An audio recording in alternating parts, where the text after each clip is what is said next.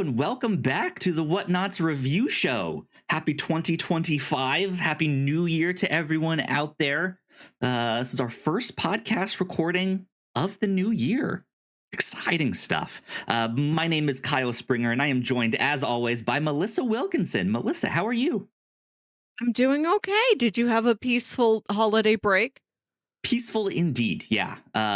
Not very many plans.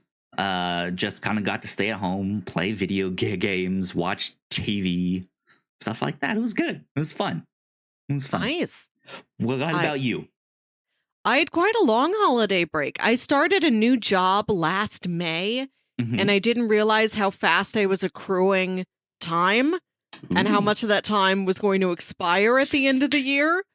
So I accidentally got back to, like, they didn't make me, but I was off for like 2 weeks with the way holidays happened, like Christmas being on a Wednesday, New Year's on a Wednesday, and these days I had to burn. I was off for much longer than I typically am. It was weird. I didn't like it. Yes, use up your paid vacation time if you have that. Your paid time off, because I was in a similar boat. I had a lot that I had to use up at the end of the year here, and I'm still missing out on not using it all, which sucks because that's just like free time I could have taken off, and now I'm just not gonna have that. So, oh well. What can you do? If you guys did not know, right here on the Whatnauts review show, we cover all sorts of stuff. It could be comic books, movies, TV shows, anime, manga, all kinds of stuff. We read it, we watch it, we come back here and talk about it. This episode, we are talking about the Bourne franchise, the Bourne Identity, the Bourne Supremacy, the Bourne Ultimatum, the Bourne Legacy, and yes, Jason Bourne, the fifth and final movie so far. Yes. I don't know if they're going to make any more. I don't expect them to. I've heard like loose rumblings. You know, I think Matt Damon is in Christopher Nolan's next film. We'll see if he's got time after that. I don't know how old of a man he is, but I imagine he's got one more left in him. I mean, if Keanu Reeves can do John Wick, then I feel like Matt Damon could do some older Jason Bourne action work.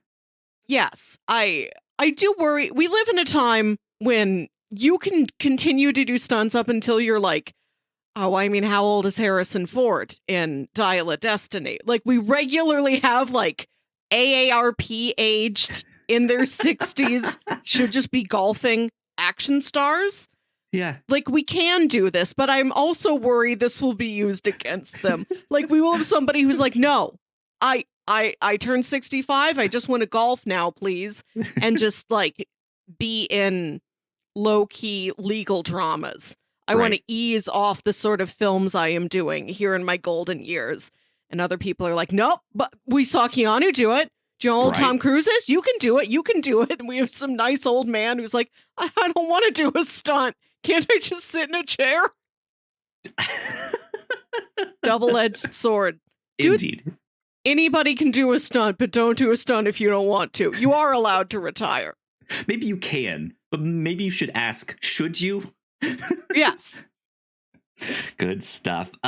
These movies, man. So a handful of directors, a handful of stars, handful of writers, all attached to these. Paul Greengrass is one of the notable directors on this franchise.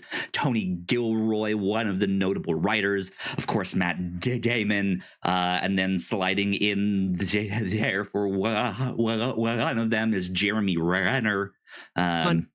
All sorts of people working on these. A good star-studded cast in these movies. Did not realize that Carl Urban was in these. I was like, oh man, I don't think I knew who he was at the time when these were coming out.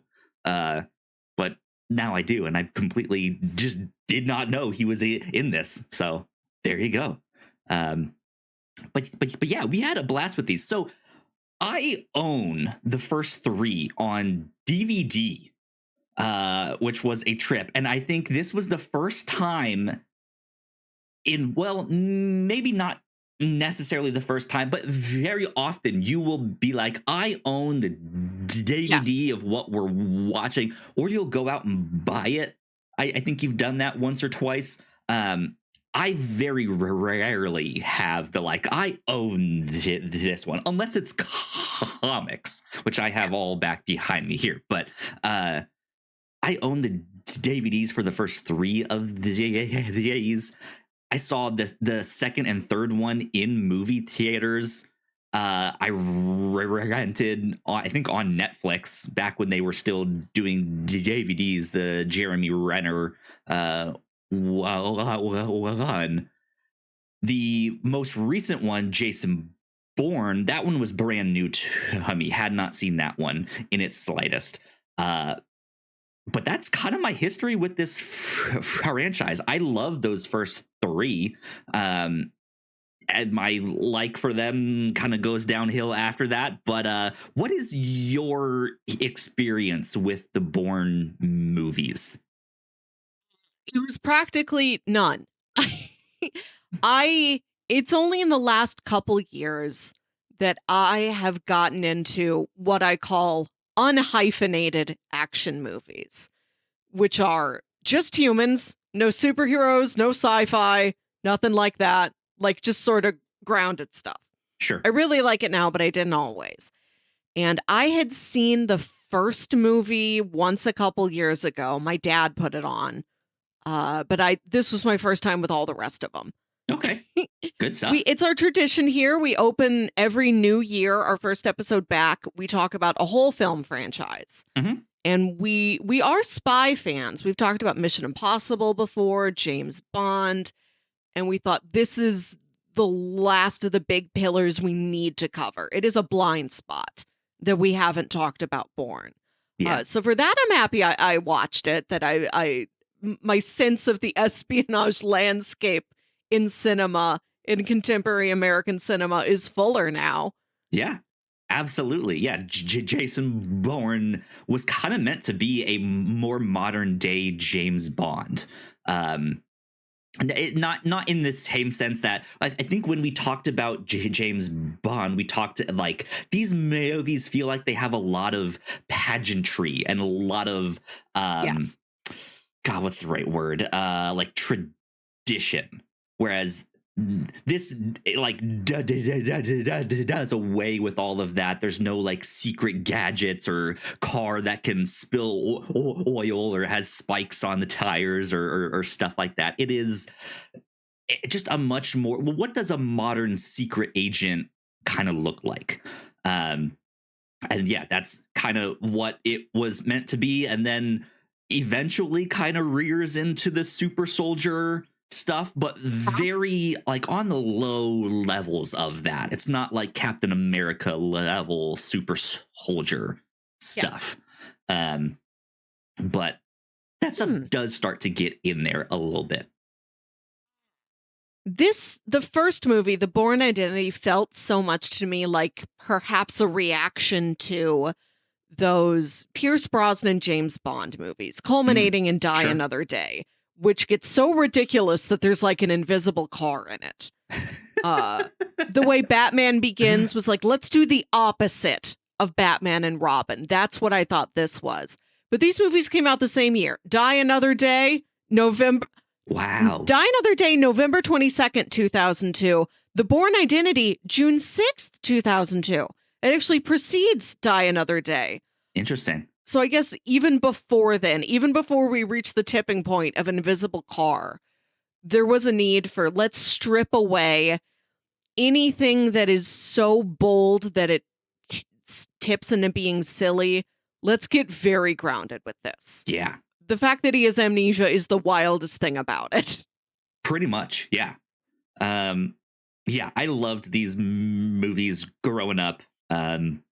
I remember when the Jeremy Renner one came out, and the reception for that one was not good. The general consensus was that, hey, the trilogy ended. Like it ended on a good note. Like we're satisfied with that. What does this mean that there's a fourth movie and does not star Matt Damon? It just felt weird at the time. The MCU was just getting started. We'll circle back around to that later on, but not many people had seen like big connected universes yet. The MCU was, I think Avengers was coming out the same year that the Jeremy Renner one was, or something like that. It was 2012, I believe, is when that one came out. But Yes. like that was still kind of foreign to people, and we didn't know exactly how far it would go in the MCU. So that concept of like, oh, it's in the same universe, but it's a different character, it was just, huh? What's happening? I understand that. Thank you for putting that in that context. This is my understanding as somebody who had never seen these before. Sure. I thought they did some Damons, then they tried to reboot it with Renner, and then that was unsuccessful, and so they brought Damon back. Like how Sean Connery did a run of James Bond movies, then they did one George Lazenby, and then they're like, that didn't work. Connery, you have to come back. I thought it was that. I did not know that the Bourne Legacy, it's not a reboot, it's a parallel story. It takes place in conjunction with the Bourne Ultimatum. It's really not trying to do at all what I thought it was trying to do. And I can imagine if you've just seen the successful trilogy, you're baffled at why this is the next move. But for me, watching it at the start of 2025, when I know all of these things already exist, there's no point in me questioning why it exists. I just have to watch it. It already seems like a natural progression to me because I know it happened. I think it's fascinating. I might have liked that one the most just because for a series. We'll get into it. For a series that I think does feel very consistent with itself, maybe more than any other franchise we've watched. There's no sharp stylistic or narrative twists. You know, like the whole thing it really does feel of a piece with itself. Yeah. And I think the Bourne Legacy, even though it is the largest outlier, it's different enough that it felt kind of refreshing after watching that original Bourne trilogy that is so consistent it almost blends into just one solid piece. Yeah.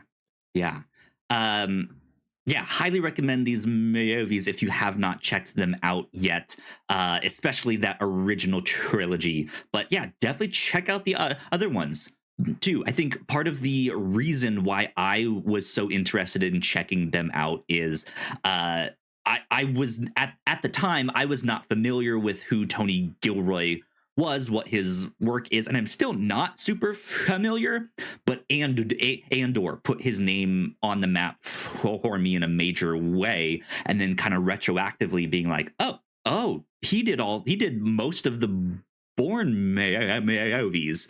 That made sense. It was like, oh, okay, I can see the connections here. But to realize that he also did that Jeremy Renner one, that fourth movie, which was largely critically panned. It just people did not like it. They did not understand it.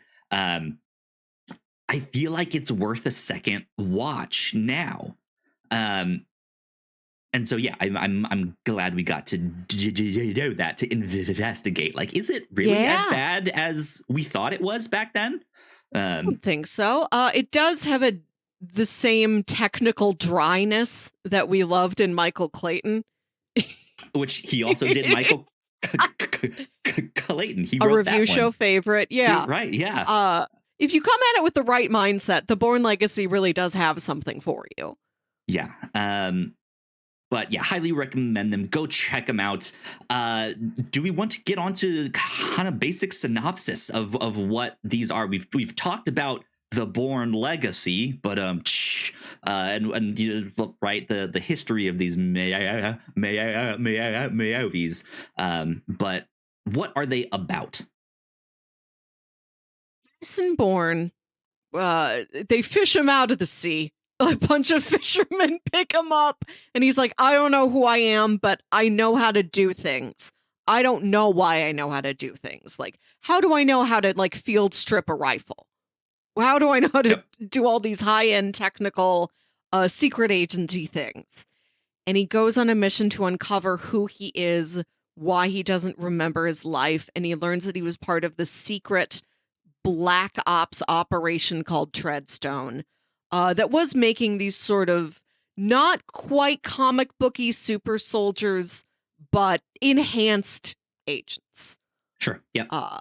And then as the series goes on, there's multiple layers of, well, there was Treadstone, but even bigger than Treadstone is Blackbriar. And even bigger than Blackbriar, there's Iron Hand. Right. Yeah. It keeps happening. Don't Nobody forget learns Lark's the lesson. 3. Right. Yeah. They're pretty straightforward in that sense, but the movies themselves are filled with all kinds of spy babble, not techno babble, but like political techno babble, but for spies, right? Mhm. And I think something else that is important to note about these films, something that you've seen in a million other action movies since then, but the whole like shaky cam stuff was made popular by Paul Greengrass in the second and third Bourne movie here. So there's a lot of it in those two movies. It's mostly shot that way. Yes. But yeah, it's just kind of one of those things. Like if you hadn't watched these, like you, I know you've seen this style, you know what it is, but now you see like, oh, this is the thing that made it popular. Yeah, interesting. It is nice to go back and see the genesis point. If this is it, it was around, right? Yeah, but yeah. This was the thing that like, mainstream. Here it is, coming out in 2002, this really did set the tone for an entire decade of cinema. Yeah, absolutely. Other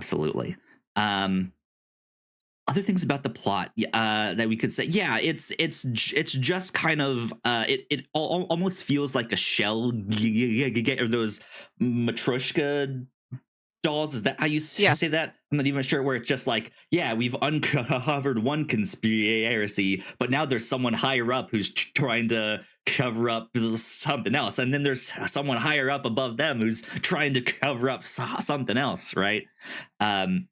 So yeah, it is. I think especially the last movie does kind of feel like they are retreading some of the same tropes and some of the same things that they've done previously, but they're all watchable. They're all like, these feel like movies you would just see on TV, like at a hotel, Big right? TNT energy. Exactly. Which is funny you say that, because there's one of my favorite podcasts, Remap Radio, covered it on their movie podcast, and that's exactly what they said. Big TNT energy feels like it would be on that channel. I don't like these as much as I like Mission Impossible or Bond. Bond has got that high class appeal to it. What I like about Bond is that it's both very classy and very cheesy. It's both at the same time, depending on what your entry point is. It's fluctuated between the two and melded them for 50, 60 years now. And Mission Impossible also has that like slick, stylish, but it's also like kind of fun and light on its feet, and like has the like warm team dynamics to it. The Bourne movies don't have anything that is aspirational. They don't have the sort of wish fulfillment of like a cool suit or a nice car, or I'm going to go to this gala. It's down and dirty and gritty and grimy, and like technical and babbly. And that does, it's probably the best in class at doing that. Honestly, yes, yeah, absolutely. I'll save that for spoilers and stuff like that. But once again, go check them out. I enjoyed getting to rewatch all of these. It was a lot of fun. But with that being said, I think we should take a quick break for some housekeeping, and then when we come back, we will get into spoilers for all of these movies here. So we will be right back. Thank you so much for checking out this podcast. We hope you're enjoying it. If you didn't know, we make multiple different shows here at the Whatnauts, and a lot of hard work goes into making them, so we would love it if you check them all out. But none of this is possible without your support. Head over to patreon.com/thewhatnauts, and you can get access to over 40 hours of exclusive content, including our Patreon first podcast, The Pilots Club, when you sign up at our $3 tier. Of course, there is a free version of the Pilots Club available, but episodes are exclusive to our Patreon for 2 years before they hit the free feeds. If you're interested in buying merch, we have shirts, hoodies, mugs, and more for sale over at thewhatnauts.com/store. Another great way to help us out is by subscribing and leaving a nice rating and review on your podcasting app of choice. You can also subscribe to our YouTube channel for video versions of the show, trailer reactions, and live streams. And lastly, you can always find out more information about the shows we make on our website, thewhatnauts.com. All right, welcome back. Big shout out to all of our Patreon supporters. We thank you a lot. Oh. We love you tons. Thank you. Over on the Pilots Club, we are going to be recording that right after we record this podcast. Melissa, what are we talking about? What's happening this year on the Pilots Club? This year on the Pilots Club, the Patreon-only show where once a month we watch a pilot of a TV show.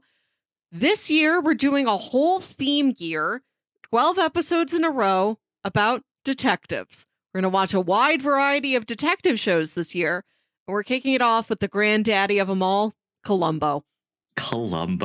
Yeah, I've wanted to check out that show for so long. So thank you for pitching that one and being like, we're starting there. I was like, yes, good stuff. Over on the free version of the Pilots Club, we will be releasing our episode on Bird Girl, the Adult Swim cartoon, the like sequel / spinoff of Harvey Birdman, Attorney at Law. So that was so long ago. It felt like that we watched it. But go check that one out. That will be out by time this is up and public for everyone. But let's see, things that we've been getting into here at the Whatnauts. Obviously, we just got off of winter break, so this is our first podcast in a while. But please go check out our end of the year Grand Prix. This was our 9th annual end of the year celebration.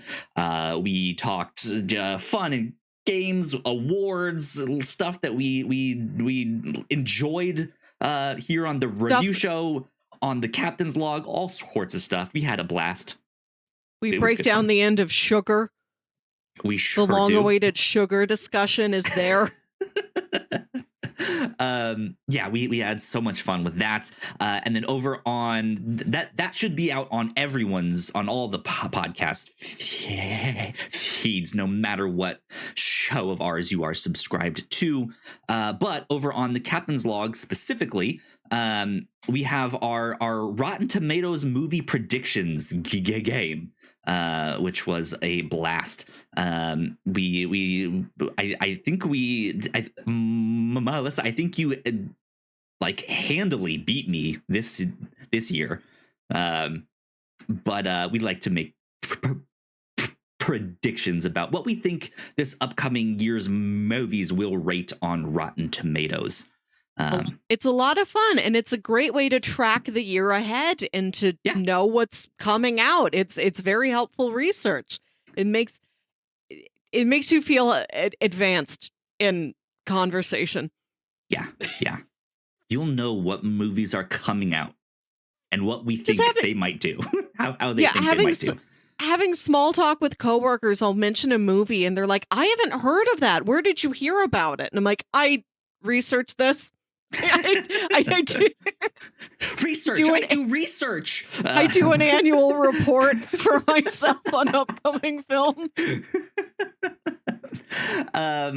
Over on the review show, this show right here, we got to talk about season 1 of Severance, which was a blast. I think that was one of our better discussions, period, on stuff that we've covered on this show. And season 2 is not far behind. It'll be out in a couple weeks here. Yeah, that comes out, I think, Friday the 17th. Yeah, I believe so. And keep your eyes peeled because we should be covering that on the Reactor Core. So yes, same day as the Oscar nominations, FYI. Ooh, there you go.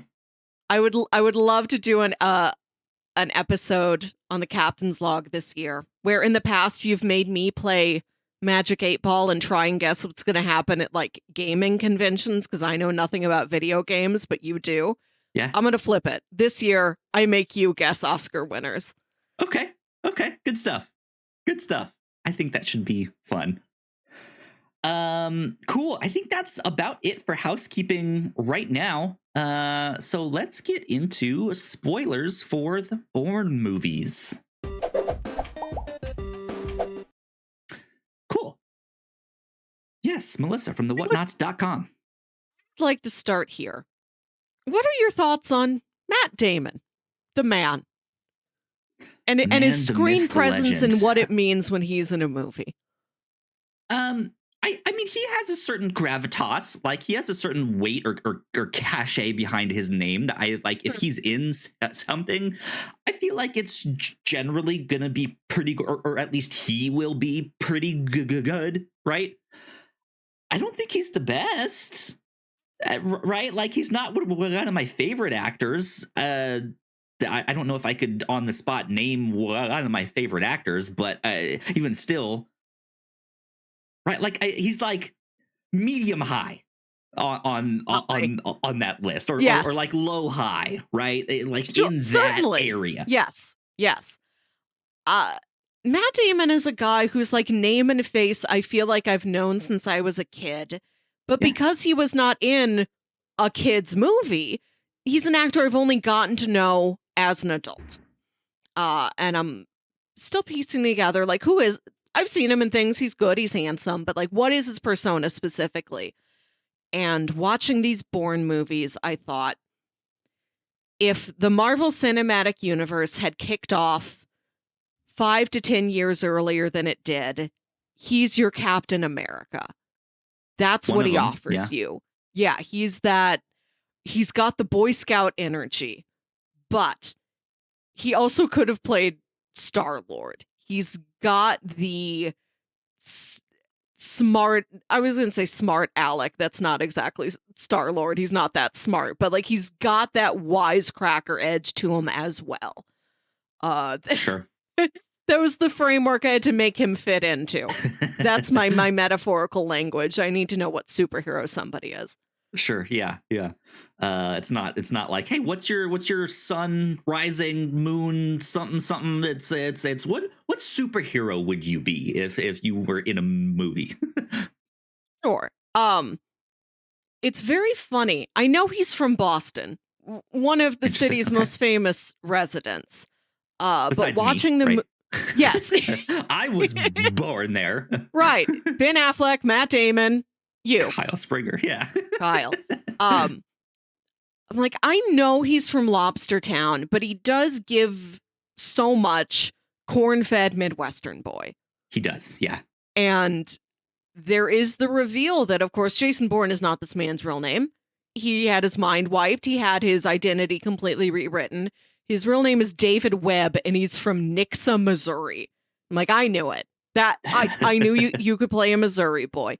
Nixa is just outside Springfield, Missouri. Okay. It is equidistant between you and I in oh wow, Oklahoma City and St. Louis. Yeah.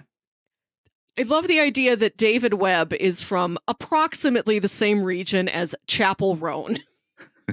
Yeah. She's from that part of the state. There you go. Okay.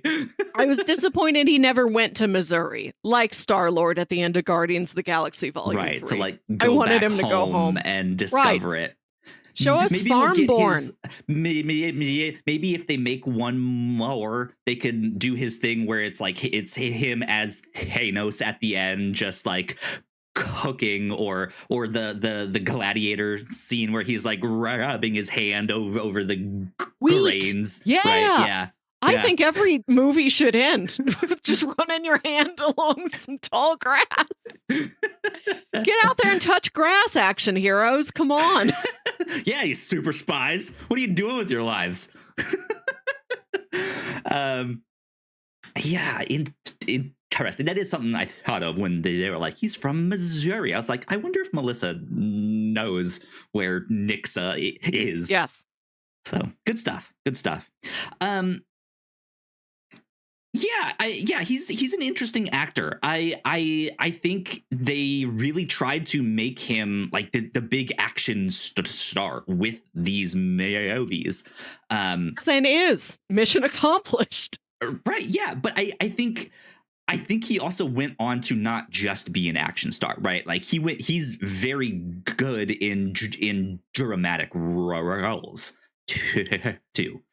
Can do it all. He's done his share of like dumb comedies. He's played in like, stiff dramas based on real life. He'll do an action movie. He'll yell about the bomb in Oppenheimer. Who knows what he's going to get into in this next Christopher Nolan movie? Right, yeah. The Odyssey, right? That's what he's making. Yes. Which we talked about how it was supposed to be about helicopters, right? And I do not yet know if this movie is a contemporary telling of the Odyssey with helicopters, or if it is a period piece. And we need to see Damon in a toga. Or it's like a megalopolis style where it's like both. It's both. Yeah. It can be ancient and helicopters. Anyways, yeah, it's interesting because I think some actors, this would have typecasted them into being like, you are the action star here. But he didn't let that happen. And I think with the kind of amnesia storyline to these movies, there is more of a dramatic weight. It's not just the action here. But yeah, I think he's good at all of that stuff. To me, I think what was most interesting upon my rewatch was to kind of learn a little bit of the history of these movies. I guess this, I don't remember the name of the director of the first movie. Let me look these up here. That's Doug Liman. Doug Liman. I don't know much about him. I guess he did Mr. and Mrs. Smith. He did Jumper. He did Swingers in 1996. And yeah, like I think at the time for the studio to pick him, it was kind of an odd choice of like, you're the guy that did Swingers. Why you're about to do the next action thing? And from what I understand, he wanted to adapt the book that this is based off of a little more faithfully. And Tony Gilroy was like, that's probably not going to work. We need to like punch up the action here. And do some stuff like that. And then when Matt Damon came on, he ended up agreeing with Tony Gilroy. And so after this first movie, he left. The director left and was like, all right, well, if you guys aren't gonna do it the way that I would like, then right, well, I'm just gonna go do something else. And that's when Paul Greengrass steps in. That's when we really get the like shaky cam action, real tight shots on people's faces, and it makes the scenes where characters are in conference rooms looking at computer screens. It makes that also feel action packed. right? It's shot the same way. It is the Yeah. same cinematographical style applied wholesale across the entire film, whether any literal action is happening or not. Yeah. Uh, and it seems like between the new three here, right? Tony Gilroy, Matt Damon, and Paul Greengrass, there was some kind of disagreement or falling out or something. I'm not sure between who or what, but I guess what happened is Paul Greengrass left, Matt Damon left, and the studio was like, well, Tony, you're still here. Do you want to direct the next one as well? I think we can save some money if you write and direct this next one. So yeah, he co-wrote the fourth one with someone else. I think another Gilroy. Is that right? The Bourne Legacy with Dan Gilroy. I don't know if they are related or not. I think that's his brother. I don't know. I kind of assumed so. But yeah, Tony Gilroy kind of takes the reins on this, but from what I understand, the studio also had a lot of a heavier hand in the haze.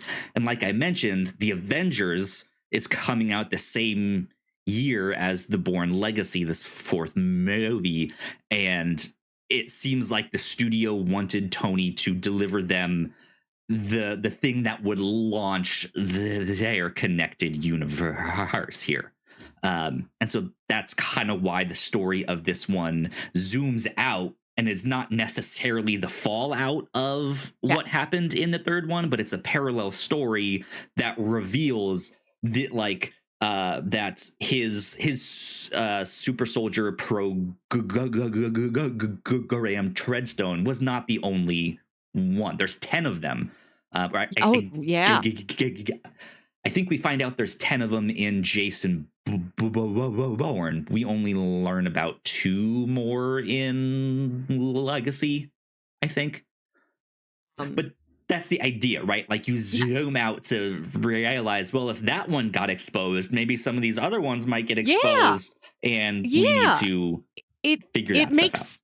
It does make sense. I think what they set up in the Bourne trilogy is a good launching point, a better launching point for a connected universe than a number of other action franchises, you know. Mm-hmm.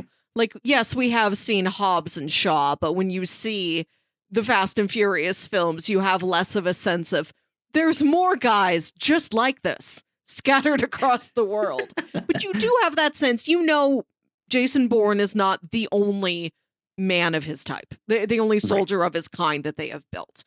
And like I said, after being under the impression that the Bourne Legacy was a sequel, a reboot, a continuation, and instead it's the side story that takes place in and amongst the events of the last Jason Bourne movie and is about this other super soldier, but is also about Rachel Weisz's character, which is just one of the scientists that helps make this happen, but she's not a decision maker.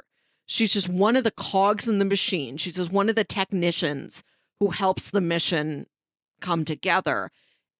My favorite stuff in this series was the stuff about her, just because it is the sort of character who you know must exist in the background of these action movies, but who you never really get any kind of a look at.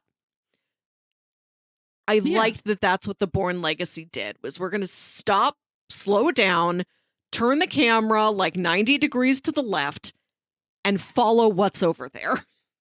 Yeah, exactly. I will say the first act of that fourth movie does kind of feel shoehorned in. It's so connected with the other 3 movies. If you hadn't seen those, right, then it like this whole first act just feels almost incomprehensible. But I think watching them all back to back, it makes perfect sense. Like they actually connect them incredibly well, but if you just happen to watch that fourth movie first, not knowing, right, like thinking that it's its own thing, you might be kind of lost at first. Right. Yeah, if you were under the impression that it was a reboot and you're like, well, I'll start at the reboot. No, you can't. Or if you like start to watch that and assume, oh, Edward Norton must be in the first three. Nope, he's not. No. Most of these characters aren't. There is some follow through with the suits. You know, like Joan Allen's in multiple movies. You see Scott Glenn again. Yeah. I think maybe like there are some characters who you see briefly in the fourth movie who are in the first three. Mm-hmm. And then it's the fifth movie. It's Jason Bourne, where, except for Julia Stiles, none of the suits are the same. Tommy Lee Jones comes out of nowhere. Yeah, it's been some time since that one has passed. And that's also an interesting thing to watch in the movies is the progression of technology from the first one to the most recent ones. I actually kind of like them being set in the early 2000s where you have the flip phones, the handy cams to like do, and like when they get a picture of someone, it's still just so pixelated. Yes.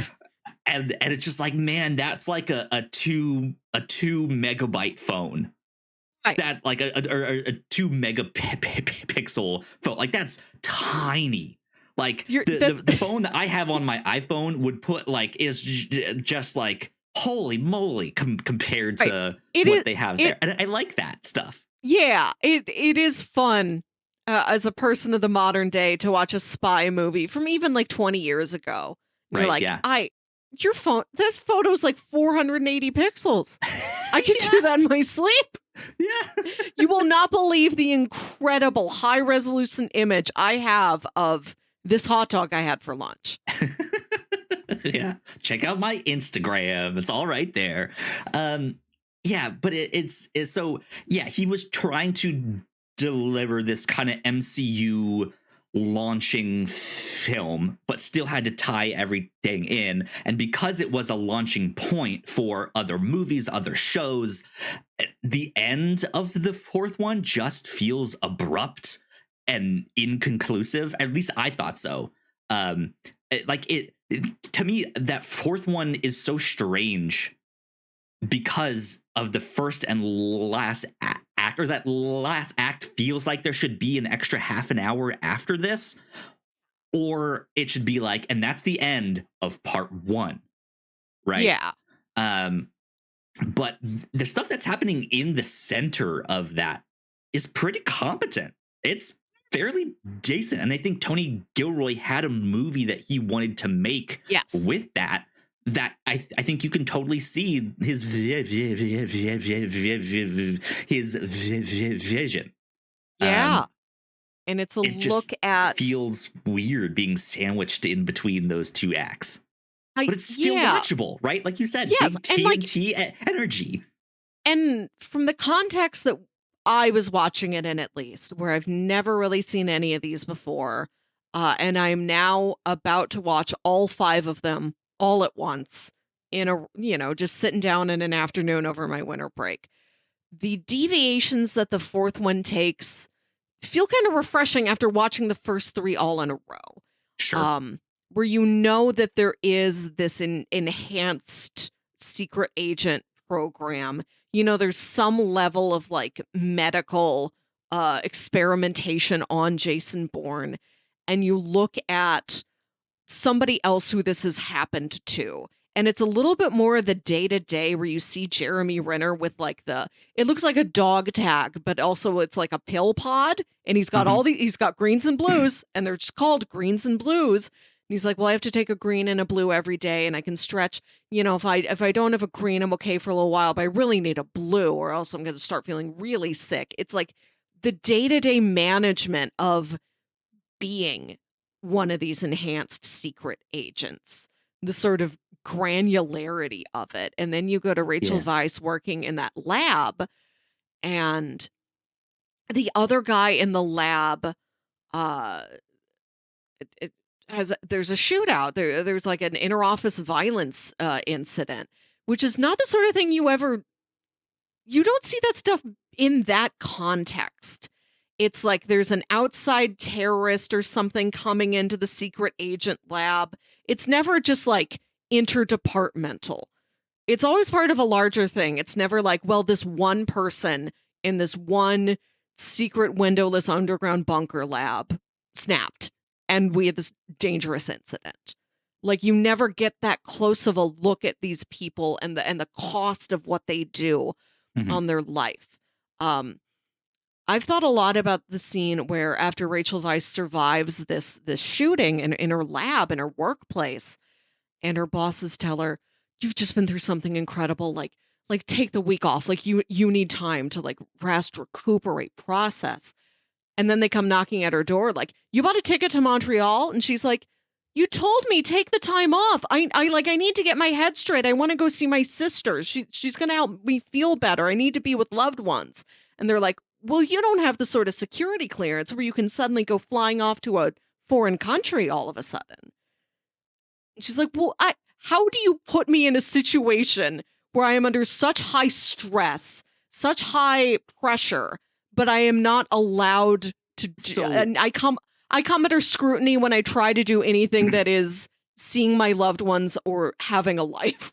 So it is those people that came to her house. They're not her bosses. They were trying to kill her. Is the thing. They were other enhanced like super soldier or whoever, right? That was trying to help cover it up. You buy the story, like you buy the bureaucracy angle of but like you're also right though in this sense, like she does work for this like top secret like super soldier program, even if she is just a scientist who's not in the like decision making level stuff. To have someone who kind of knows what they do and like be exposed to such a wild incident, a traumatic incident like that, to then just kind of leave the country is like, uh-oh, is she gonna go tell someone? Is she seeking asylum? Is she like, what's happening here? But then also she's seemingly, I think, just going to see her sister. And they're like, oh yes, yeah. The fact that she's in a position where somebody who doesn't know her will read it as, "You're a double agent, aren't you?" And she's like, "I need a vacation. Do you not think I need a vacation after what you put me through?" Like being just stuck in the bureaucracy, being just like a worker being a drone, but being this incredibly qualified person with this high level knowledge where you are being treated as such a like precious commodity in a way that is only restrictions and regulations and no actual benefit. Except like she talks about how when I took this job, I like lost a connection with the rest of the scientific community. She's like, "I don't go to conferences. I don't publish papers. I don't do anything that could advance my career. Once I took this job, that's just it. Okay. This is all I'm going to be doing for the rest of my life." But I did it because I thought it would help. I thought I was doing something that would help like keep America and the world safer. And it's like that alone is all she has to try and comfort herself when she's isolated and in dangerous situations and like has to do these checkups with these enhanced soldiers. And everything is so double blinded and like anonymous. Like she has seen Jeremy Renner for checkups like 15 times, but she's never known his name. Not like she forgot his name, but like she's like, "That's just not in the records. You're just Subject number five." Right, yeah. Right. As many times as you and I have seen each other, all they will let you be to me is subject number 5. Yeah. Yeah, it's an intense place to be for sure. Mm-hmm. Yeah, but it's intense in the sort of it's mundane and intense. That's what I liked about it, is that it was a look at what are like the people who are just part of the operations who make this work, who aren't out there in the front lines. They're not even in as exciting of a place as like the control room with all the computer screens where Right. Walton Goggins is in the first movie. Like Right, she yeah. doesn't even get to be there. She's in like a windowless underground space. I really valued in a sea of action movies that this movie was about that person. Yeah. Yeah. Indeed. While we're still on the subject of this fourth movie, I know we kind of jumped ahead to that one. Some other interesting tidbits about this. Oscar Isaac is obviously in the start of this one here. This is maybe a little more speculation, but it sounds like, according to commentary on that movie, Tony Gilroy maybe wanted him to play the main role of that movie. But at the time, he was still relatively an unknown, like a lesser known actor, that the studio didn't want him to play the main role. And they went with they went with Jeremy Renner instead, supposedly because he can kind of do some of the stunt work. He was a lot faster at the like gunplay fight choreography than even Matt Damon was, is what I hear. And that's also why in this fourth movie you see a little bit less of that shaky cam stuff. You still have it, right? But they don't need to like obscure or make things look faster with that shaky cam. They can just show the actual fight scene, and so that's kind of why he got that role. That's like officially unconfirmed, officially unofficial, right? But that seems to be the case, the way Tony Gilroy was talking in commentary and stuff like that. Which is then when you get... Oh, yes, you're about to say something? I'd forgotten like when that movie came out. I'm like, what year was this? And like, where was Oscar Isaac at in his career? He's a big enough name now that when he shows up in the first act, you are shocked when he is killed off pretty much by the end of the first act. You're like, wait a minute, that's Oscar Isaac. Right? Yeah, exactly. So there's like a level of dramatic surprise now that would not have existed when you watched that movie in 2012. Yeah, but it's kind of wild to think that Tony Gilroy knew that this guy was gonna be one of the next big stars, and like, I want to put him in, but the studio was like, what about someone who's more recognizable now, right? Yeah, get the guy from the Hurt Locker. Yeah. So yeah, I think that context also then makes the scene where the scene in that cabin that much more interesting, where Jeremy Renner gets there and very quickly realizes, you're not supposed to be here. Neither am I, though, but you're an agent. I've never met another agent before. This is wild. This is fascinating. That was another interesting addition, that Jason Bourne never does meet another Jason Bourne. You know, here we have Jeremy Renner for the first time meeting somebody else who this has happened to. Just in context with, like, in the James Bond movies, you don't really see them often, but you know he's 007. There's other 00 agents. They all at least go and check in at like the MI6 office. Like, you don't see it, but you know there is a larger workspace community there that he could access if he wanted to. Mission Impossible, like the strength of that series is the team, with some core members like Benji and Luther who are there in every movie, and other ones who are just there for like one or two, like Jeremy Renner. Right, yeah. There's a strong sense of like family and friendship. There's more of a cohesive social aspect to Mission Impossible. These Bourne movies are so lonely. Yeah.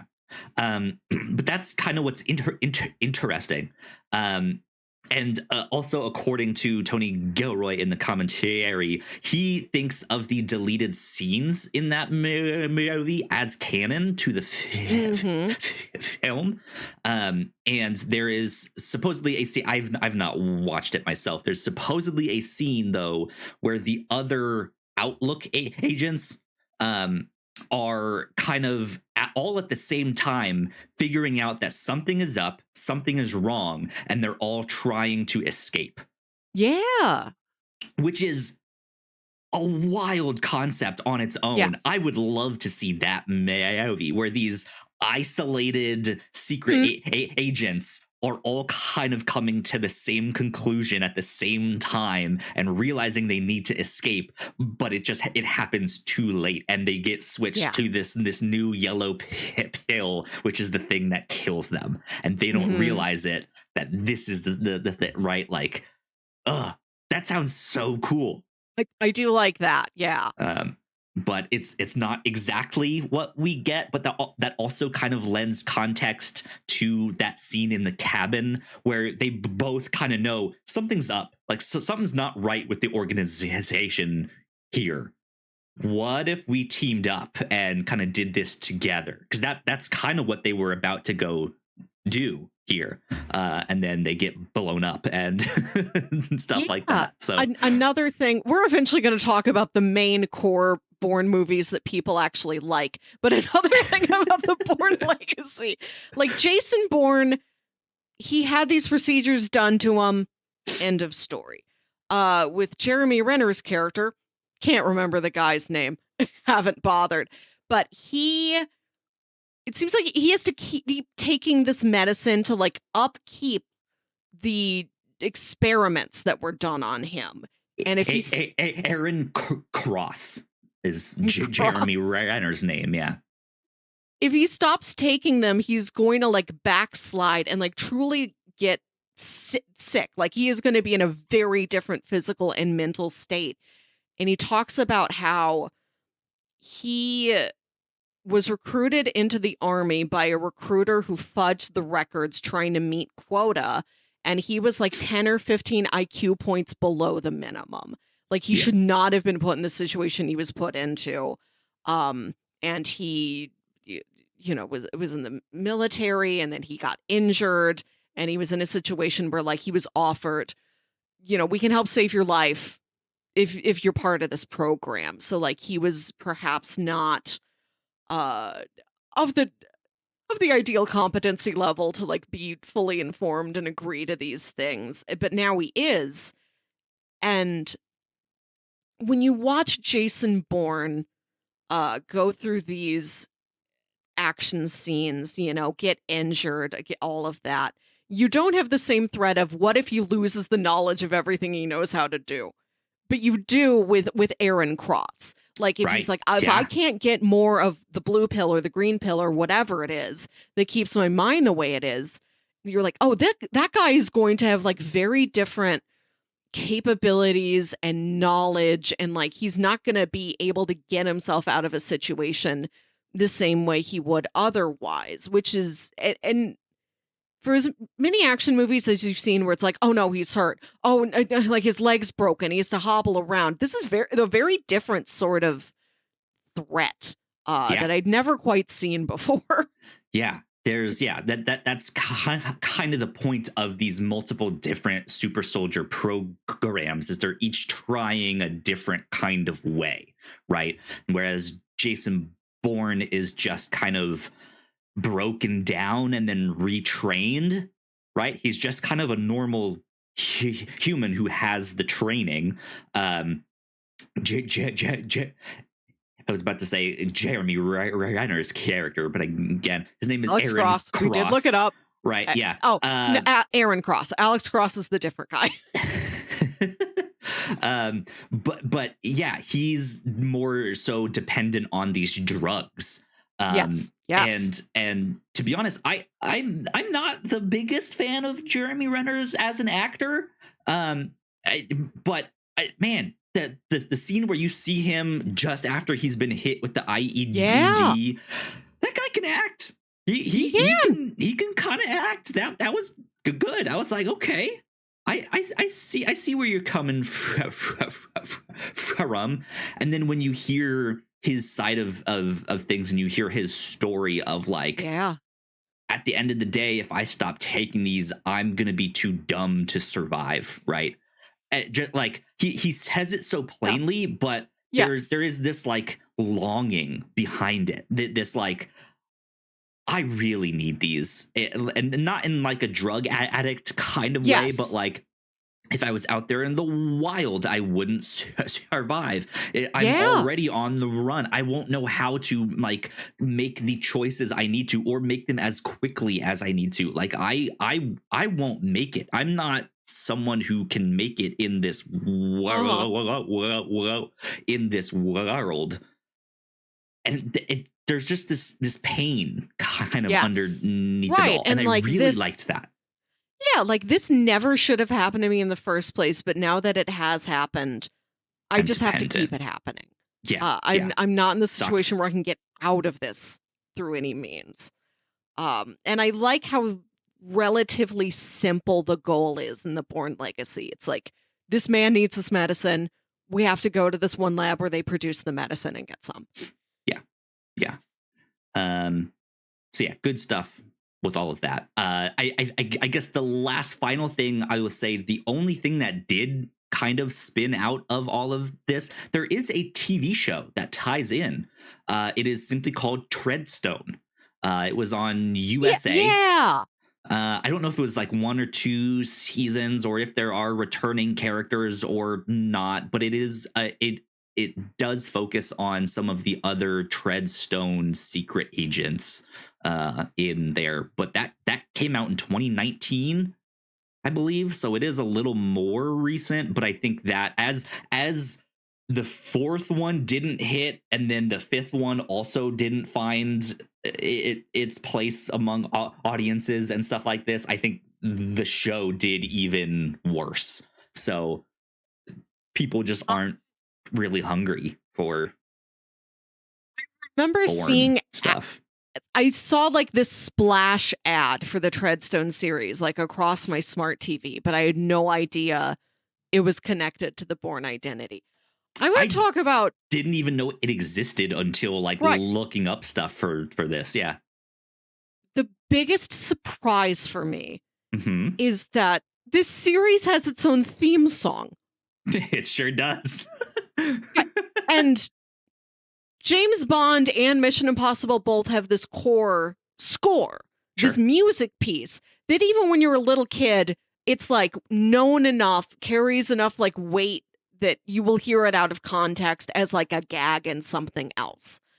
Whereas the Bourne series has like a song by Moby that plays over the end credits to all 5 films. I think that's the first time I've ever seen that happen in a film franchise, where end credits song is always the exact same one. Right. You'll hear it with score, but I've never heard it with like a full song with vocals. That is not like an explicit theme song or something like Jason Bourne is a man. Like, no, does whatever a man can.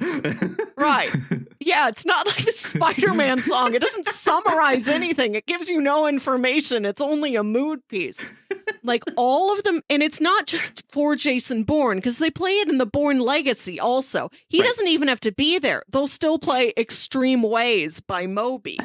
And every movie has the same, like I think the first 2 movies, the end credits are exactly the same. Yeah. And then in the 3rd one, it's like a remixed version of, or remaster of the Moby song. And then the credits have like a little bit more graphic pizzazz to them. And that continues. But essentially the end credits for every movie has basically the same song and basically the same visual design. Yep. It's weird. Yeah. I'm like, why have I never It's kind of a choice though, right? Like I like it. It is a unifying kind of thing. I like it, but I am baffled that I got this far in life without knowing that movie has its own song that they play all the time. One of the reasons why I wanted to watch the Bourne movies is that Universal Studios Florida has an attraction called the Bourne Stuntacular. Nice. Okay. I've never been to this. They opened it, I think, in like late 2021, early 2022, like just as things were opening back up post lockdown. I haven't been to Universal since then, but I've like seen video clips of this. It's a stunt show that's like inside like an indoor arena, and it uses all of these digital screens that completely blend what's on a screen and what's literally there in front of you. Nice. Like, I think there's scenes where the stunt guy, the fake Bourne, will like punch somebody, but that person is on the screen. That person's not really there, but it is like shot and lit and like staged in such a way. Like he's punching at a screen, but it looks like he punched a real guy and a real guy fell down. Or there'll be everything's That's a screen, but there's like one set of actual practical stairs or scaffolding there on the stage that'll interact with. Yeah. Like it's technically a real feat. And I'm like, I need to know these movies so that I have context when I see the Bourne Stuntacular in real life. I did watch a video of it. It is an interesting mush of all the Bournes put together. The stage show starts with him like the part at the beginning of Jason Bourne where he like drives out in the desert and just like is in a fist fight. That's in it. Yeah.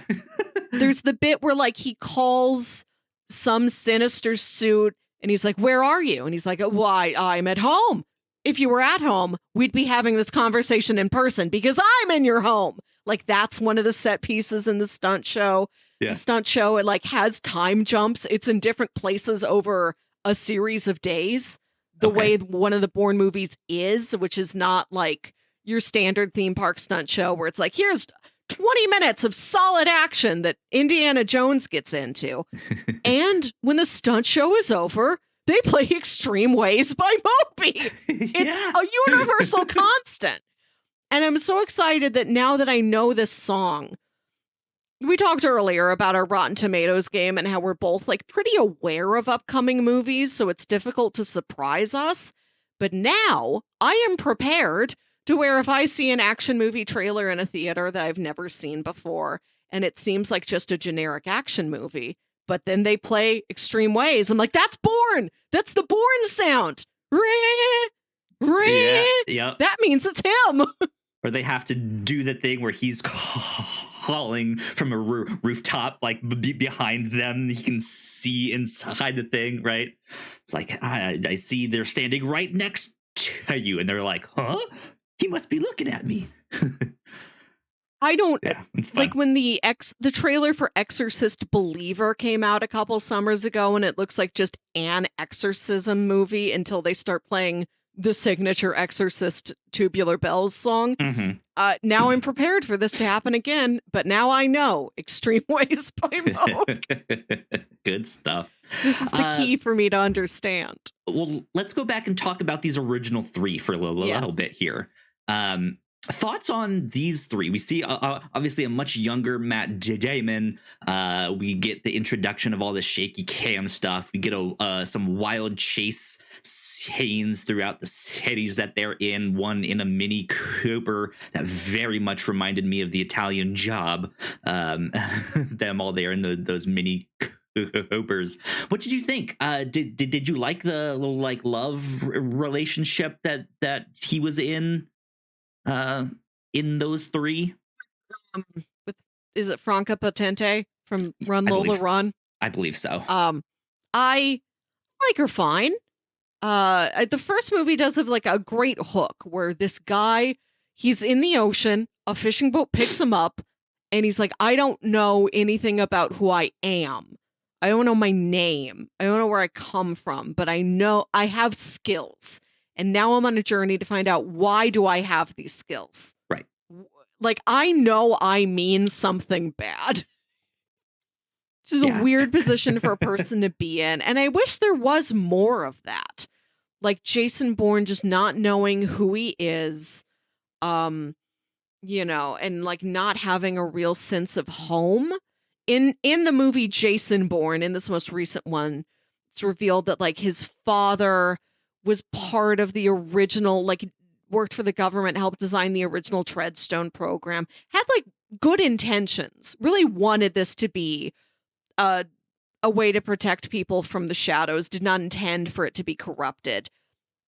And I forget if he purposefully had himself killed or if this was other sinister suits that did it. Like, if Jason Bourne sees his dad die in what is believed to be an act of terrorism, David Webb sees his dad die, he will sign up for this program, and then we can turn him into a Jason Bourne. I got the impression that he was trying to either like expose or shut the program or like change something or expose something. Right, like he had a good idea, but like he's like, oh no, this is being corrupted. Yeah, and wanted to do something about that, and as a result, that got him killed by the people who were like, no, we can make some super soldiers with that. And in fact, we're gonna use your son, right? But yeah, please no, just continue. to say that until we get to that in the 5th movie, I wish there was more of a sense of Bourne longing for or trying to find out, who is my family? Like at the end of that first, in the 3rd movie, it's at the end of the 2nd or the 3rd movie where Joan Allen tells him, you're David Webb from Nixon, Missouri. Like, does he go to there? Does he look up other webs? Does he try to find his family? Like, he's in the mode of being like a rogue agent out on the run for almost too long. And I wish there was more of a hard look at, does he like this? Is he doing this because it's only what he knows? Would he like to settle down somewhere beyond like when he's seemingly living in a beach house in India with Franca Potente before she drowns? I'm wondering if it is more so the like, because I know so much, I know they're gonna be watching my home. It's gonna be too much of a hassle to do all of that. So might as well fall in love and run away somewhere else and just kind of hide. But I think you're right. Like that is something that is not necessarily in there that I would have liked to see him wrestle with a little bit more. He does in that first one, as he is so concerned about like who am I, right? You would think that he would be a little bit more curious about like, well, do I have relatives? Did I have a wife? Do I have kids? Like, what have I left behind? Or even if it's like, if I would be putting my family in danger, do I have an old comrade? You know, was there somebody in it, like a military team with me who I can reach out with, who understands the risks, and I can learn more about myself? And the only people I'm involving are people who might be able to kind of handle things on their own. Yeah. And by the end of that 3rd movie, when he exposes Treadstone, something that came up then in the 5th one, the last movie where he does find out his father was involved, that kind of seemed a little hazy to me, because if they had exposed this program, how come his father's name hadn't been out there? Did they really expose? Because they do have that Senate hearing. It does seem like, what's her name, Pam Landy, I believe, right? Yes. It seems like she does end up taking the fall. They do kind of put a lid on things, right? But even still, it just feels like, wait, you still didn't know that your dad was involved? Not that we knew, but like, you're smarter than us, Jason Bourne. Surely you must know, even if we don't. Yeah, it's kind of strange in just this way of like, the 3rd movie ends with it being exposed, and that's kind of what we're left on. And if we only see the 4th movie as a side story, or even if we disregard that one, by the time we get to the 5th, it's like, wait, what happened? Like, this, something's not right here. So yeah, I would like to see him wrestle a little bit more with his past, but I don't know if that necessarily fits in with the fast action, shaky cam, techno babble stuff that's happening, right? But I I think they do a good job of also not fridging her. His wife, like if she had died in that first movie early on, arguably could have been called a fridging, right? But the fact that she is there in the first movie, she's there in the second, and it's the start of the third one that is like the inciting incident. Or is it the second one? It is the start of this. She's there for like the first act of the second one. You're right. They do.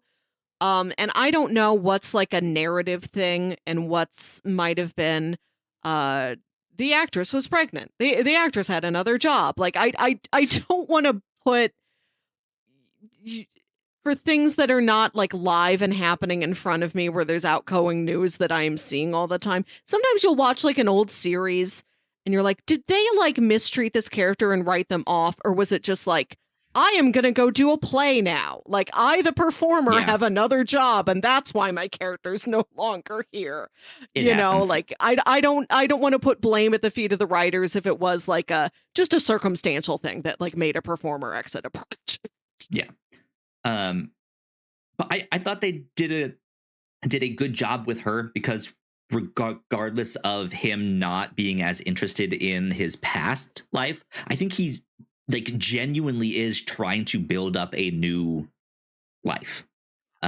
It seems like that's what he wants to do, and it's not until her death and after that he's just kind of wallowing around for a while, being in these like random fight clubs around the world. That was a weird beat, but and to bring up Bond again, when Bond is when you see it at like the beginning of No Time to Die, where he's like, I'm going to retire and live in Jamaica.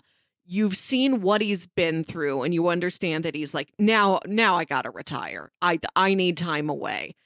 And there's other times when you will see a heroic character. Let's talk about Captain America. Like when Captain America is like, no, after Civil War, he's like, I am no longer Captain America, but I am still a hero of some kind, and I grow a beard, and I'm in the shadows, and I am still like helping and protecting people. You go full retirement or you go vigilante. Those are the routes for like an action hero who's out of the game. And it's not clear what Jason Bourne is doing. He's just in fight clubs. He's just wallowing. He's just like a fish out of water, just kind of flopping around. It's interesting because the first three are so purpose driven that to see him at the start of that fifth one is just a little strange. He seems purposeless, right? Which I mean is the case.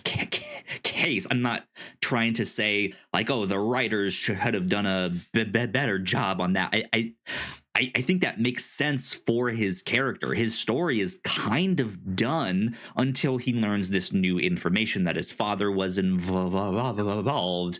Then he kind of remembers what was happening there. Then he realizes, oh, it was another Treadstone agent that killed my dad that got me involved with Treadstone. Like, yeah, that unravels a whole thing, but he's just kind of purposeless, and it's just kind of like, poor Jason, just fighting out there, right? It's so weird. I don't know, but yeah, I in particular really like the second and third movies. We've kind of mentioned the jargon and the linguistics babble that they are pulling here. And it like you said, it's just top notch. It's really, really good. And then this fifth movie, I don't know who wrote this fifth one. It's not Tony Gilroy, but there were a couple of their like lingo things in there that I like not up to par with the rest of them. There's one at the start when I don't remember her name, Nikki Parsons, played by Julia Stiles, when she's hacking into the thing Yes. at the start of that. When she walks in that building, you can overhear a conversation of another hacker that says, use SQL to attack their database. And it to someone who wouldn't know, maybe sounds plausible, but I feel like in a day and age where the internet is so prevalent, where working with computers is so ubiquitous, right, that just kind of saying use SQL to attack their no, I don't think that's how that works. That sounds so bad. Yeah, I don't think you attack databases anymore. Especially with SQL. Don't you build databases with SQL? I don't know, but even still, like that just sounded like one of like, oh, you guys aren't on the same level of logistics babble here that you're doing. And there was something else too later on in the movie of that same ilk. It was just like, huh, all right, I guess. Yeah. I think this series is at its best for me when it is at its most like granular and like technical and specific. Yes, it I wish. really was just outstanding when it was Yeah. in the weeds of all of that stuff. It was fantastic. I wish for more of that. I wish for more of just like the technical process of how do you get this done? Like there's some good spycraft stuff in the first movie where Jason Bourne's trying to figure out who he was and he's like calling hotels and like things like that. Did I check in here? Was a man Right, under yeah. this name here? Like the sort of trickiness and sleight of hand and like he's using Franco Potente to like go into a hotel and do this, and I don't remember. I could be able to talk about these movies much better if I wasn't under like winter vacation brain, where I'm just like lying on the couch, like eating Christmas cookies. You're also trying to figure out who you are and remember who you are, right? Yeah. I wish I could have seen these in a theater. I wish I had the experience of just like let me lock in, focus on nothing else but a Jason Bourne. Yeah, the second and third ones were some of the first PG-13 movies that I ever like went to in a movie theater. Those are important milestones. Yeah, good stuff. One more thing about the final film that I thought really did not make sense in context with the other films. I believe at one point in God, which one is it? I think it's the third one. There's a scene where they find a YouTube video that has surfaced online between two of the higher up suits at some party kind of talking, and he's like, this is my best friend. We like to meet in like deep dark corners and talk about deep dark secrets. And they were freaking out. This must be I think this is in the fourth one, actually, where they see that video, because I think Edward Norton is in there, and they're trying to calm. I don't know the actor's name. I've seen him in a number of things, but he's the one like freaking out about the video. But they're like, hey, just this video alone is a threat, is a risk. Even though they don't say anything, it's a link and a connection between these two people that are running these like these super soldier programs. And if this one got exposed, then who's not who? Like, here they are saying we talk about dark secrets and stuff. So does that guy know? Is he working on it, right? And they know he knows, but they're like, is that what the general public will think? Yeah. Right. And so if something as a simple YouTube video like that is such a big threat, then what happens in this fifth movie with Riz Ahmed's character, Yeah. who's making this kind of social media platform ecosystem kind of thing with this number of apps, and this new app that is collecting all of this user data, and he's being like, and no one is watching, and they all give him a standing ovation. And then by the end of this movie is at ExoCon, like a spy con, and he's like announcing his new, like the release date of his new app at that con with the head of the CIA and like as a guest speaker on his thing. It's like, what are you doing? You just said that you have total privacy, and now here you are with all of that, and no one bats an eyelash at like how potentially damaging just that scenario is. And I thought that was like, that makes no sense. I wasn't sure what the con was. I was just distracted that the ExoCon sign just looks like the X-Con logo on the Vans. That's the company they start in Ant-Man and the Wasp.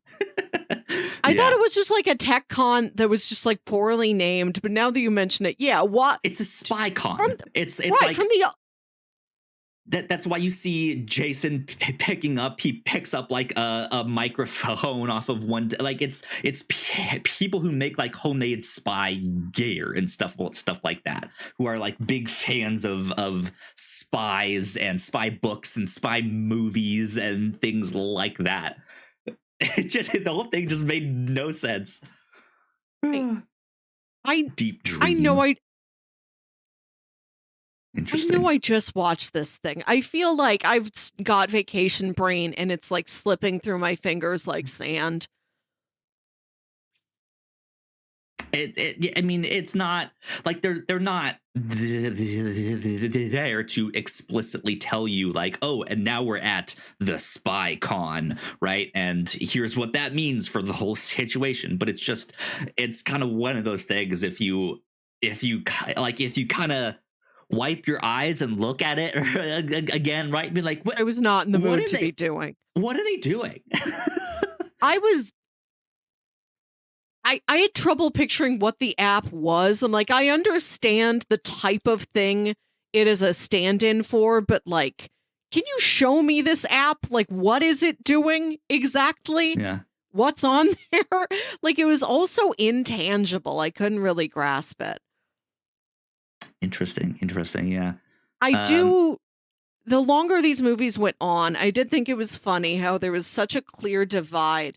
They'd get these elder statesman actors. They'd get these very respected, prestigious people. Yeah. And all they do is like wear a suit and stand in a boardroom and like yell. And sometimes they'll go in a car, but they're like never in an action scenario. I'm like, what a sweet gig it must be to just be Edward Norton. Right. Like, come in, give this movie like a little bit of clout. You're just in a suit saying, you're just yelling in a dark room full of computer screens. Yeah. Maybe once you you will be in an assortment of up to 3 different conference rooms. And maybe you pick up a gun, but you never have to do a single stunt or action or anything. Yeah. Though they also do kind of have their formula of like the older white actor makes bad choice, younger female. Yeah, Brian Cox, Scott Glenn. There's a whole run of them. Yes. But yeah, it's like older white actor makes some bad decision or wants to kill Jason Bourne for maybe seemingly no reason, and then the like younger female employee is like somehow on Jason Bourne's side, or is the like, but no, we shouldn't kill him thing. And that's kind of the formula of their things, because that's what happens in like all of them. Right. And I'm not mad at the formula. I think that's one of it's a feature and not a bug. It adds to the TNT of it all. Yeah. A good TNT franchise needs that sort of comforting formula of, yes, here's this actor, he'll do exactly this thing, and then these things will happen. And I don't have to know exactly what's going on. I don't have to know the details. I just have to know the shape and the look of it. Yeah. That's all. Yeah, indeed. Cool. Yeah, I don't think I have much else to say on this franchise. I still think 2 and 3 were my favorite of the bunch here. But looking on their Wikipedia, so I did mention the Treadstone show. It only had 1 season for 10 episodes. It aired on USA. It got canceled in 2020, but it does look like in November of 2023, it was announced that a 6th film is officially in development. Okay. And then October, Damon was confirmed to return, and the title had been revealed to be the Bourne Dilemma. So it's I don't almost know too low stakes of a word at this point. Dilemma is too ordinary. The Bourne Dilemma sounds like it's, I don't know, a comedy where he's like, I love my wife, but my secretary is hot. Right? Yeah. It feels like God, it feels like the other words that they used, the Bourne blank, had some kind of meaning behind They've got them. weight to them. And weight, dilemma just sounds like I have 2 dates at the same time. What do you mean, just a dilemma? To be honest, that would kind of be interesting on its own right. Super secret spy agent guy has to go on 2 dates at the same time, and both are trying to kill him. Like, he has 2 different agencies trying to kill him at the same time, right? I'd love if this was a pivot into being a comedy. Like, either make it a comedy or like amp up the drama with that title. The Bourne Disaster? Yeah. You don't have anything else? Just dilemma? That's all? Yeah. Dilemma's like, what mustard do I buy when I'm at the grocery store? Dilemma is so low stakes. It does say that the director Edward Berger is currently on track to direct this one. Edward Berger from Conclave and All Quiet on the Western Front. That's good. Berger's good. Okay. Yeah. Okay. Yeah. And there you go. Good stuff. You saw Conclave, right? Oh yeah. Oh yeah. That was fantastic. And Conclave, that's a dry technical bureaucracy movie. That's what we like. Oh yeah. Now that I'm thinking about it, yeah. Good, like, political drama just from people sitting in rooms and talking. That's what I need. Bourne has to help elect the new Jason Bourne. Oh man, good stuff. The final thing that I want to say on the podcast, less about the movies themselves, more so about my experience watching them. So as I told you, I own the first 3 on DVD. That's how I watched them. Man, the first one is truly a DVD. It is not in high definition. It is standard definition Jason Bourne doing all this action. When I hit play on this movie, the very first one, keep in mind the first one came out in 2002? Right? 2002, November 22nd, 2002. When I hit play, instead of the logos coming up for what studios made this, a brief kind of like the interview documentary kind of thing came up that was about this movie's presence in the wake of 9/11. Oh wow, I'll bet. Yeah, and it was like, hey, like, we understand 9/11 just happened, and we were in the middle of making this movie kind of right as it happened. And this wasn't November 22nd. That was Die Another Day. This was June 6th, 2002. Less than a year out. Yeah. This was a big step. Our first big dour action movie. Yeah. Political action. Yeah. Right, too. So yeah, like, they were talking about like how scared they were for this movie to actually come out. thinking that movies would be forever changed. Hollywood would never be the same again. No one wants to see an explosion on screen. Like they said that in the thing. No one will want to see an explosion again. Which of course is not the case. Everything is exploding. But it's a touch and go period for a couple years after that. I do recall that mindset. They just weren't sure what to expect. So as a result, they made an alternate ending to the movie, or an alternate start and an alternate end to the movie. And the DVD describes it as like with an all new explosive alternate ending, which is kind of funny that the thing starts out with them being like, and no one will want to see an explosion again, right? Yeah, but this was also the period when we were hot for DVDs and DVDs to have wild, rowdy things we couldn't have seen in theaters, and an explosion would be one of those. But here's the thing: think back on the first Bourne movie. There's action, certainly, but there's not really explosions, right? It like things aren't exploding like cars get hit, right? But there's not really explosions. So we were like, oh, well, they must, like, it seems strange to mention the alternate ending in this way, but if they're describing it as an explosive alternate ending, I'm wondering if they pump up the action a little bit in this alternate ending in a new way. Melissa, I'm here to say no. Even less action, more kissing.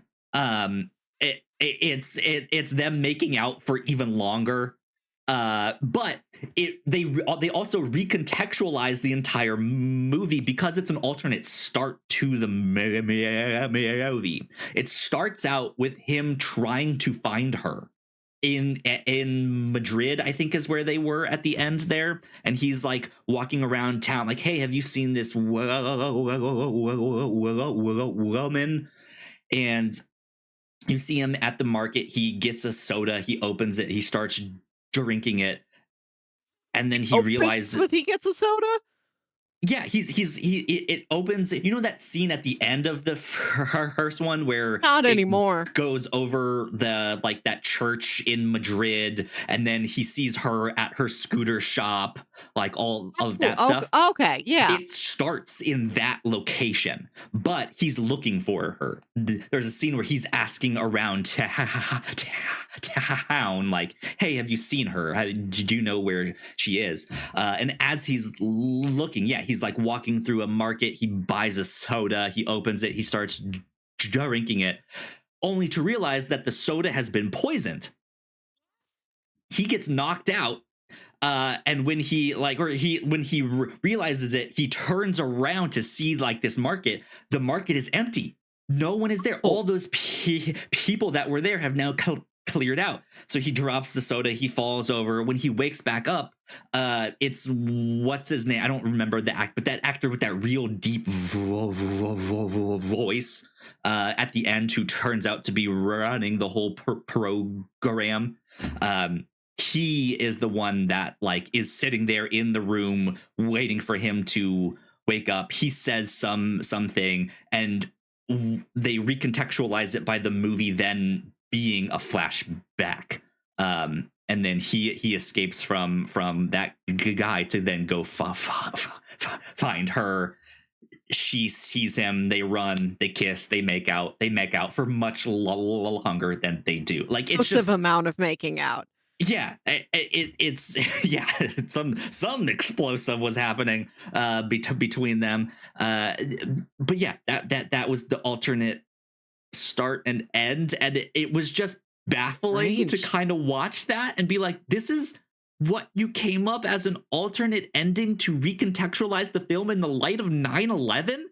What? This makes no sense. We have to ease audiences into this by seeing him purchase, open, and consume a soda. It's not about the soda, but it's just the fact that he gets poisoned, right? I don't know, an orange soda. I don't know. Jason Bourne likes orange soda, okay? Loves orange soda. But yeah, that was kind of strange. And then in the third DVD, I had in like the little insert, it was like, you've never truly watched a DVD until you've seen an HD DVD. I love a ridiculous. DVD that, or even early Blu-rays that had to have a physical piece of paper, or like an ad that played before. You turn on the Blu-ray and it'll have to tell you what a Blu-ray is and what it can do. I love those. Oh man, old school DVD menus is what I got to revisit while watching this. It was good. These movies do have an aesthetic that makes that what I call the you wouldn't download a car aesthetic. Yes. Surprisingly, none of my DVDs played that. We were expecting it. None of them had it. You wouldn't. Well, they trusted you. They're like, we don't gotta warn Kyle. Kyle knows. What would he do with a car even if he did download one? He can't drive. You don't know, I might be a secret agent. Good stuff. Anyways, that was my experience watching these. It was a blast. To hear it. Yeah, good stuff. Okay, I am going to pull up our bingo cards, our brand bingo new of the year. bingo sheets of the year. So here's what our cards are looking like. I told Melissa as we were making these that our free space in the center could either just be a free space or could be something that we had seen in these movies, because we often start watching these before we actually start making this bingo card here. So Melissa, you chose that route. What is the free space, the thing that you saw in these that you would like to highlight? Jason Bourne, the most recent of the films, a film that should be beyond this, but no, there is a good old-fashioned enhance. Alicia Vikander looks at blurry photo and says, enhance. And then suddenly it's not blurry anymore, right? That's all. You just had to say the magic word. Enhance. It's so good. So I chose to go just the regular for free route. But there was, I think some of the things I ended up picking were things that we saw in this. Yeah, just hoping I realized see that them in other stuff that we watched down the road. Yeah, we did go to Vegas. That's where that X-Con is. I wish this series as a whole had like more specific, more lived-in set pieces. We go someplace and it feels incidental. I'm like, no, let me like really soak in that we're in whatever city we're in. There could have been more Vegas. Oh yeah, certainly. Now, let me ask you this.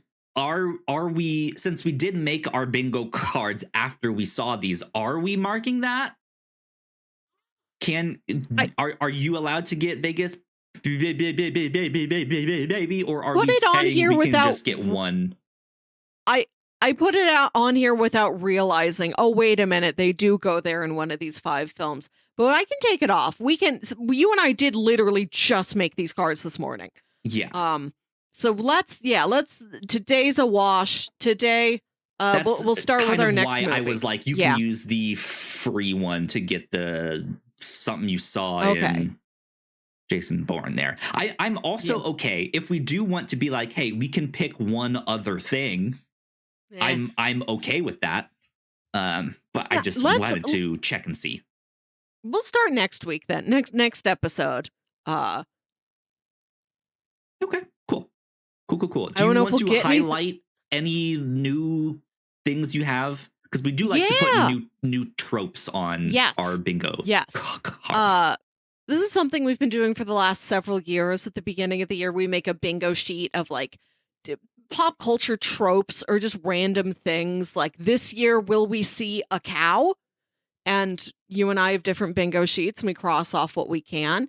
See, this year I added I'm going to start every year picking a random character actor to put on my bingo sheet. This year, Shea Wiggum. Are you out there? Will we encounter any Shea Wiggum this year? Maybe. Who knows? It could happen. We added a movie backlot with stock characters walking around. That's a good one. Camera shot that goes underwater in a pool. I'm talking about a pool specifically. We're not going in the ocean with this. Okay. And also, like, the cinematography goes underwater, not just, oh, somebody knocked over my camera.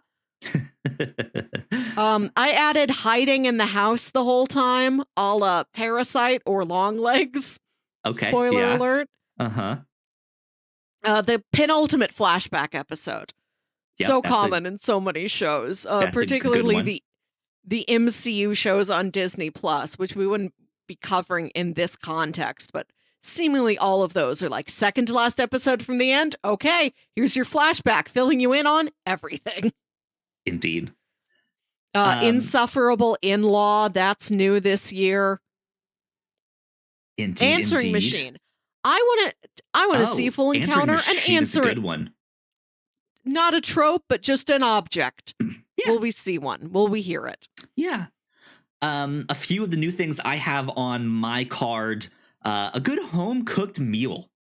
Right. Nice. We've had things in the past, like a character who's terrible at cooking, or the no time to eat breakfast trope where they have to like wake up and zoom out of the house, right? And they might stick a piece of toast in their mouth, but that's it. Mm-hmm. So just a good home cooked meal is one I have on there. I have a shady business deal. I think is an interesting one to put on there. I also have sexy fail. Walk me through an example of sexy fail. Like someone trying to be sexy or to flirt with someone, but failing spectacularly. Okay. They trip and fall over, or it's the wrong person. They meant to do it to someone, right? Just some kind of sexy fail. I didn't know if it was a fail at being sexy or a fail that was sexy. Like, oh, I meant to take my sweater off and I removed my bra. Whoops. I mean, it could depend on the context, right? They could be like, here I am in lingerie, right? And like trying to be sexy, and then they like completely wipe out and fall. Falling over in heels. Yeah, or lipstick on the teeth. Many options. Right, yes. Or they think they recognize someone at the bar and try flirting with them. And when they turn around, it's like, oh, you're not who I thought you were, right? I thought you were someone else. Yes. So something like that. It's a good one. Yeah. I do have the return of the classic. I should be able to see that penis. Yes. The male nude or female, right? You can do it with that one. Too. We nicknamed this the Austin Powers scene. The scene at the end of the first Austin Powers where like she's like nude and she's like, "Thank you for sending us this fruit basket. Look at these melons." Like she lifts it up, yeah. Yeah. I also have a heartfelt reunion on mine. I think that's the one we haven't had. Let's see. Here's one that I have. This is new that I like. It's kind of a collection of multiple things, but they're all just different ways of saying the same thing. Someone who's down to clown. I just want someone who is like ride or die, like or like just along the lines of seeing a character say like, you know what? Fuck it. We're doing it. Like, here we go. We're about to make a bad decision here. A bunch of assholes standing in a circle. Yeah. And that one was inspired by Severance season 1 with he's down to clown. What's his name? Dylan.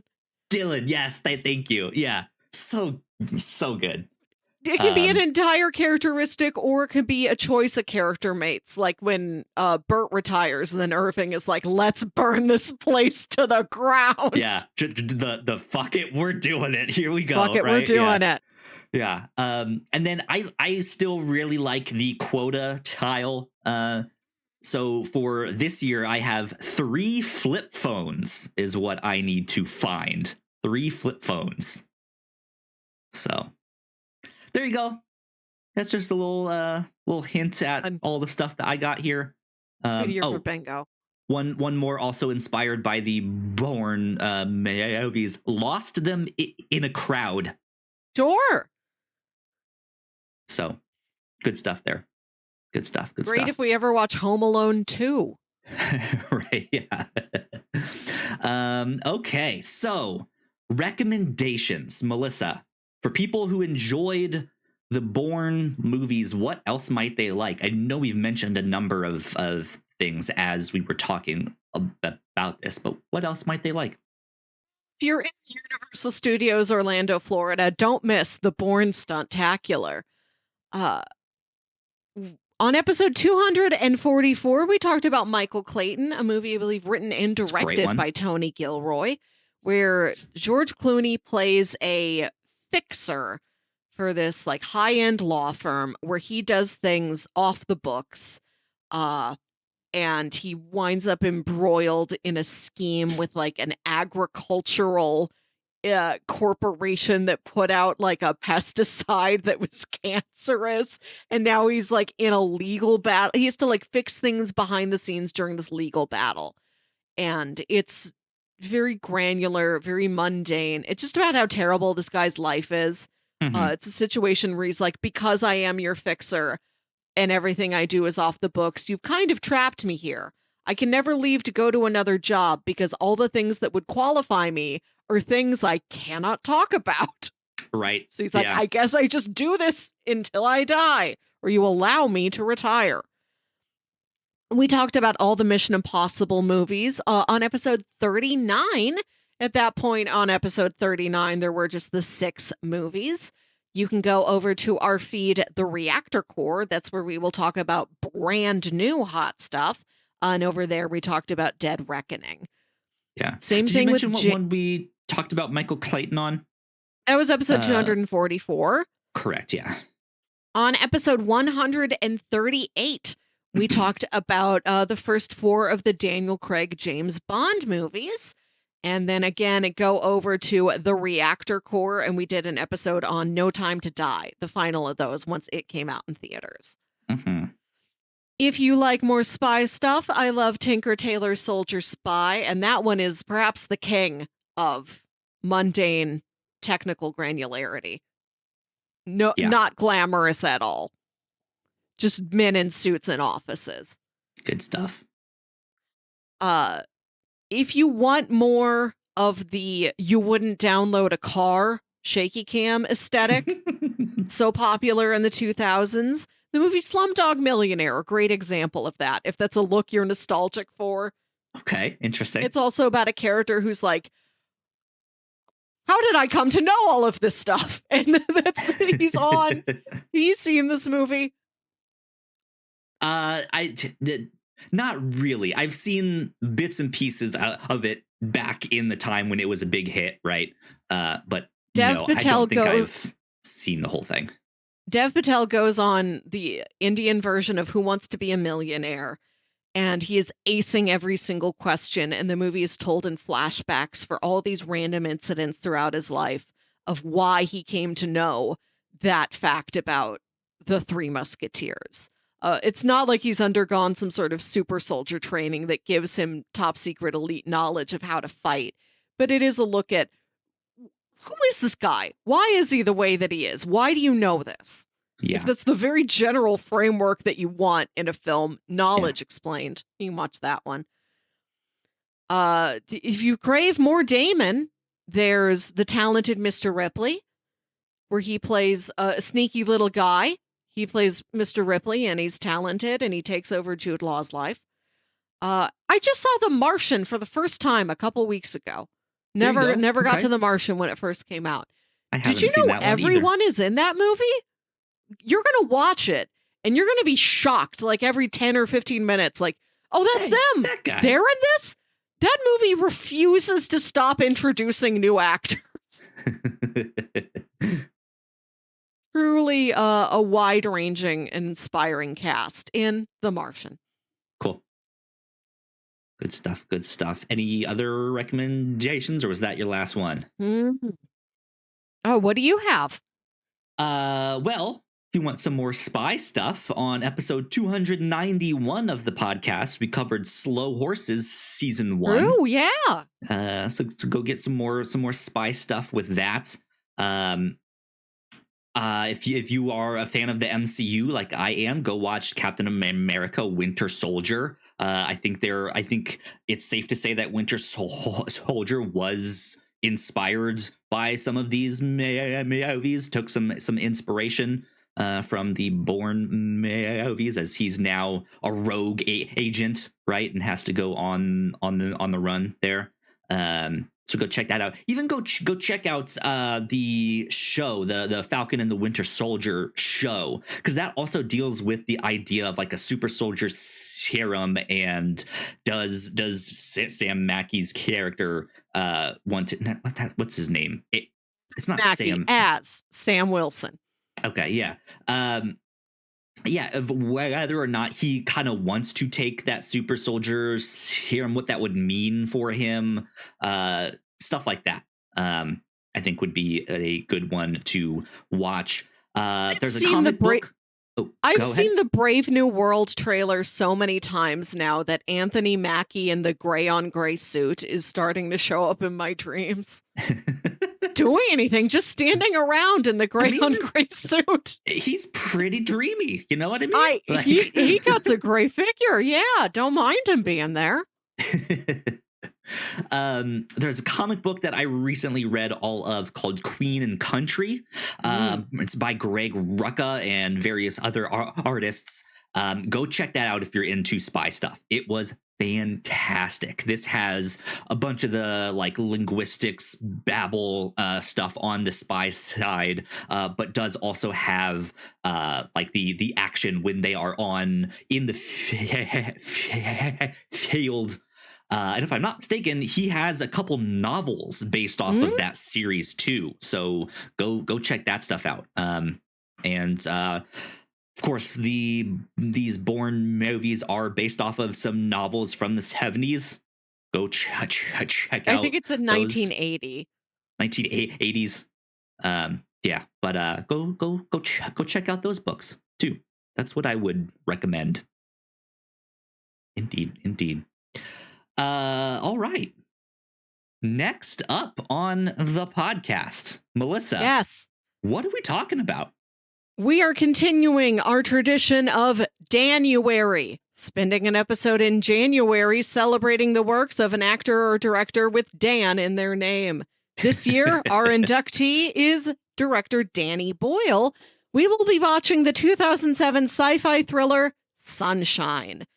I saw this movie for the first time a couple years ago. I was really impressed, and I think Kyle will love it.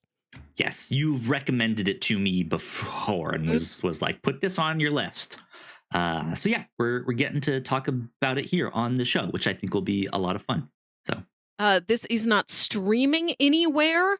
Also, it was a smaller movie. It didn't do very well. It had a limited home video release in the time when it was released, and a lot of the discs were broken. They botched something with the physical discs of the movie Sunshine to where they only play like half the movie, and correct working discs are now very rare. Interesting. Huh. Okay. Just to let you know, chances of finding this at your local library may be slim. This is like a $4 rental in a couple places. This movie stars, among others, recent Academy Award winners Cillian Murphy and Michelle Yeoh. So I'm hoping that's going to give it the kind of clout it needs for like a nice remastered release. I believe so. Who knows? Might get a Criterion collection down the road. I'd love it. Criterion, open your arms to Sunshine. Indeed. Cool. Yeah. Well, that is what we will do for our next episode. So we will be back in 2 weeks to cover Sunshine. There you go. Melissa, where can the people contact you on the interwebs? Just write me an email. I've been at work too long. I'm stuck in email mode. It's the only way I know how to communicate. I podcast or I email. Drop me a line at yourhostmelissa@gmail.com. There you go, indeed. If you want to get in contact with me, I am at Yo Kyle Springer. If you want to stay up to date with all of the stuff that we do here at the Whatnauts, we are at the Whatnauts official on Threads. We are also at thewhatnauts.com on Blue Sky. So go check us out over there. This has been number 308 of the Whatnauts review show. If you're watching this on YouTube, please go check out more of our videos over there on that side. But for now, we will see you next time. Bye.